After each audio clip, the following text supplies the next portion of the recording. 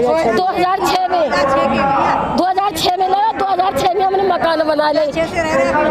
और बिजली का अरे बेटा सर्वे करने वाले आवे, हमके बर्फी खिला के जाए, हमके मिठाई खिला के जाए, पैसे भी जाए। लेकिन वो तो अवैध बताता है आपके मकानों को। अब बच्चन को पेट काट काट के हम उन्हें पर भी खराबे और कुछ दिन काल ले जाए हमारे आगे कि तुम यहाँ रह रहे हो, वहाँ जाकर फाड़ देता है। हम क्या कर सके, हम पढ़े तो है नहीं। और भैया आंटी बुलडोजर चल रहा है योगी जी का पूरे उत्तर प्रदेश में। अब और योगी जी को हम वोट देते हैं, यही बात की सजा देंगे हमें बाबा। अब तो जिंदगी निकल गई बाबा को वोट देते देते। नोएडा में रोजाना बुलडोजर चल रहे हैं, आपके मकान भी उसी में आ रहे हैं। हमारा बेटा एक बात अवैध तो हम हुए, हम ऊंचा देश में रह रहे हैं, हम अवैध हैं। कुछ जहर लेके हमको दे दे तो हम खत्म हो जाए। किसान से हमने जगह खरीदी 2006 में और मकान भी बना ले हमने और हम रह भी रहे। हमने बिजली का बिल भी लगा लियो, लेकिन पास तो नहीं किया नोएडा प्राधिकरण ने उस कॉलोनी को आपकी को। बेटा पास नहीं करे तो उनको नाली बनी है, क्यों नहीं है? नाली बनी है, पानी भी आया, सब काम है। सीवर पड़ गए, सीवर भी पड़ गए। तो भैया अब बाकी हमें तो जानते ना है, ये हम नहीं जानते पास करी या ना करी। हमने वहाँ खेत मालिक से जगह ली, वहाँ सड़क बनी, वहाँ सीवर पड़े, तो हम तो सोच रहे अच्छी जगह है यहाँ किया।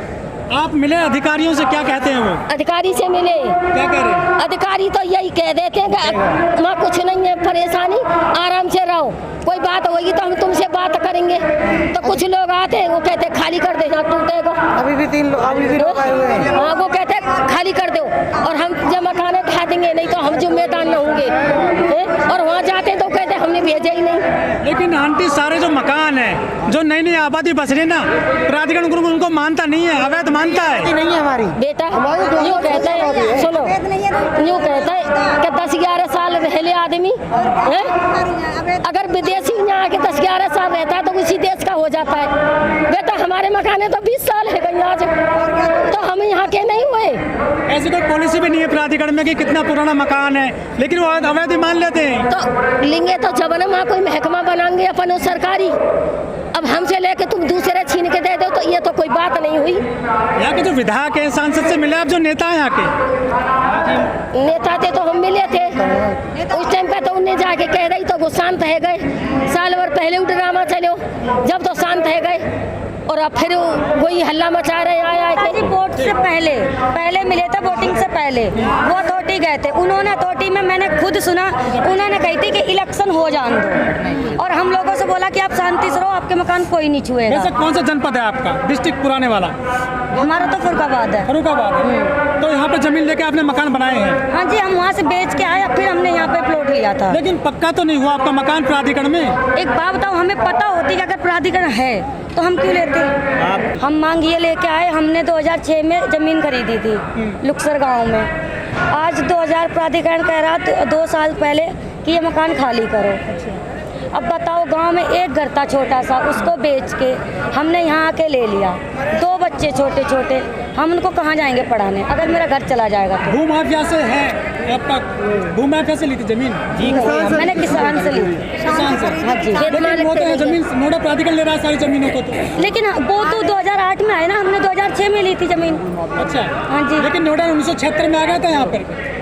ये तो हमें नहीं मालूम। लेकिन हमारे यहाँ जो अधिग्रहण हुए वो 2008 में हुए। ठीक है, तो क्या दिक्कत आ रही है आपको? दिक्कत ये आ रही कि वो ना तो कुछ कह रहे ना कुछ, ये कह रहे मकान खाली करो और जाओ यहाँ। नोटिस लगा दिए? नोटिस भी नहीं लगा रहे, नोटिस लगा रहे लेकिन उसमें कोर्ट का कोई आदेश नहीं होता है, सिर्फ यूं ही टाइप करे हुए होते हैं। वो कहते हैं मकान खाली करो और भागो यहाँ से। कितने लोगों के मकान है करीब? करीब 70-80 मकान है ना। तो क्या कह रहे हैं प्राधिकरण का अधिकारी? कह रहे कि मकान खाली करो, भागो, ये टूटेगा। क्या क्यों करवाना चाहते हैं खाली?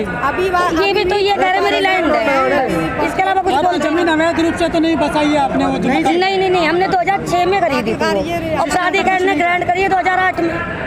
लेकिन वो तो पहले ही अधिसूचना दे देते हैं ना, वो धारा 4 कर देते हैं कई साल पहले। लेकिन उन्होंने ऐसा कुछ नहीं करा। 4 तो बाद में हुई है। आपने रजिस्ट्री कराई थी? रजिस्ट्री है, दाखिल खारिज भी है।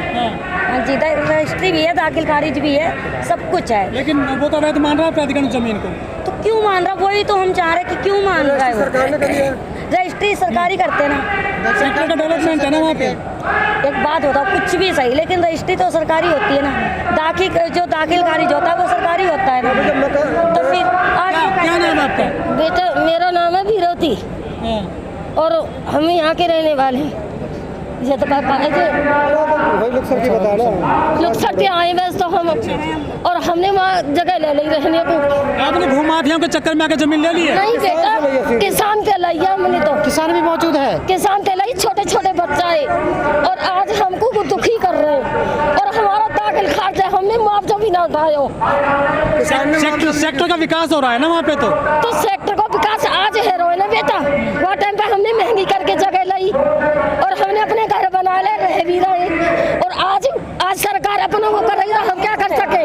कच्ची कॉलोनी है, पक्की हुई है। अब कच्ची है कि पक्की है ये तो मैं जानती ना हूँ। दाखिल खारिज है हमारे नाम पे जगह है।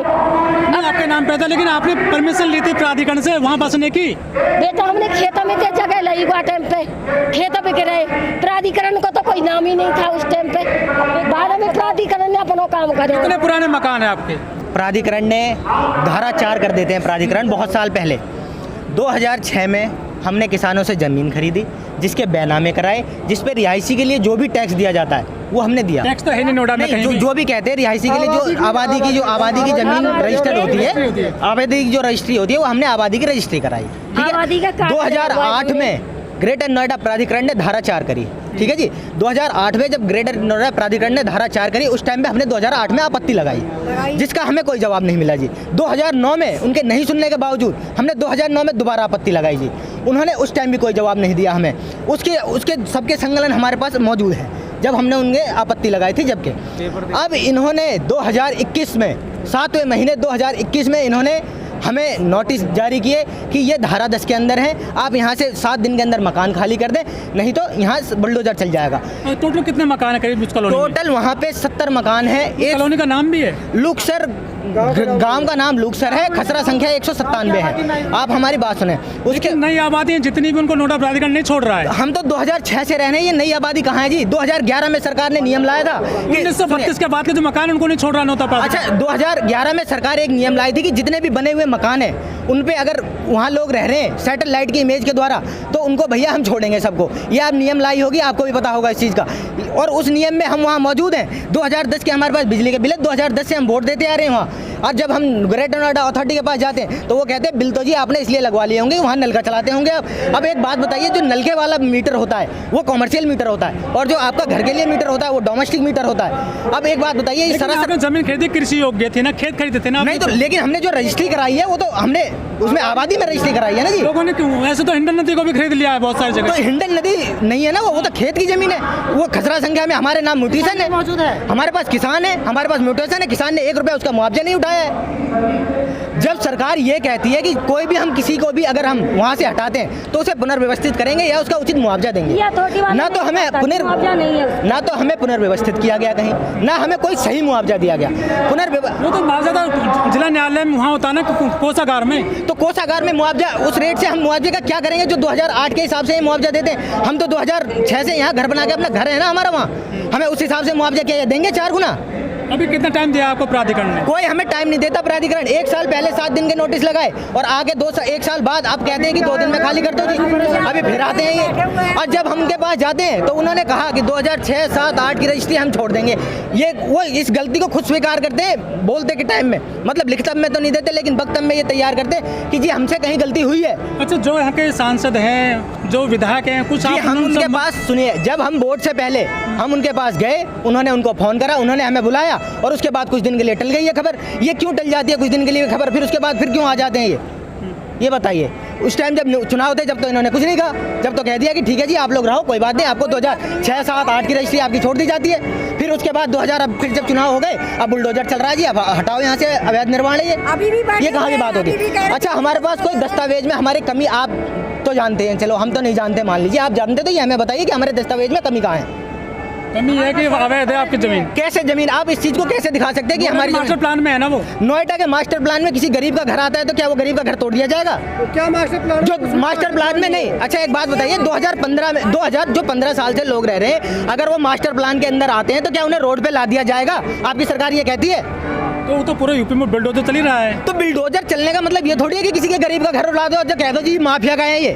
आप कोर्ट जाइए ना। कोर्ट हम कैसे जाए, हम तो गरीब लोग हैं, हमारे पास तो 2 रुपया खाने को नहीं है। हमारे पास जब खाने को पैसा नहीं है, एक बात बताओ, हम वकील कर सकते हैं जी? हम तो यहाँ पंचायत हुई है जी, हम इनके पास आए जी कि भैया इनसे हमारी कोई सुनवाई हो, क्योंकि हम किसान है, गरीब आदमी है, हम तो इसीलिए जाते हैं ना। हमारे आपके पास में कोर्ट जाने का रास्ता है अभी? हमारे पास कोर्ट जाने का रास्ता है, तो लेकिन हमारे पास वकील के लिए पैसा कहाँ है? वकील के लिए कैसे वकील जाए हम नहीं है, कोर्ट? वकील मांगते हमें ये बताइए ना, वो तो पैसे मांगते हैं कि 2-3 लाख रुपए दे दो। आपने जमीन तो खरीदी थी ना, आप कोर्ट जाइए। तो किसके बेस पे जाए? हमारे पास कुछ पैसा तो होना चाहिए कि जो हम कोर्ट जाए 2-4 लाख रुपए।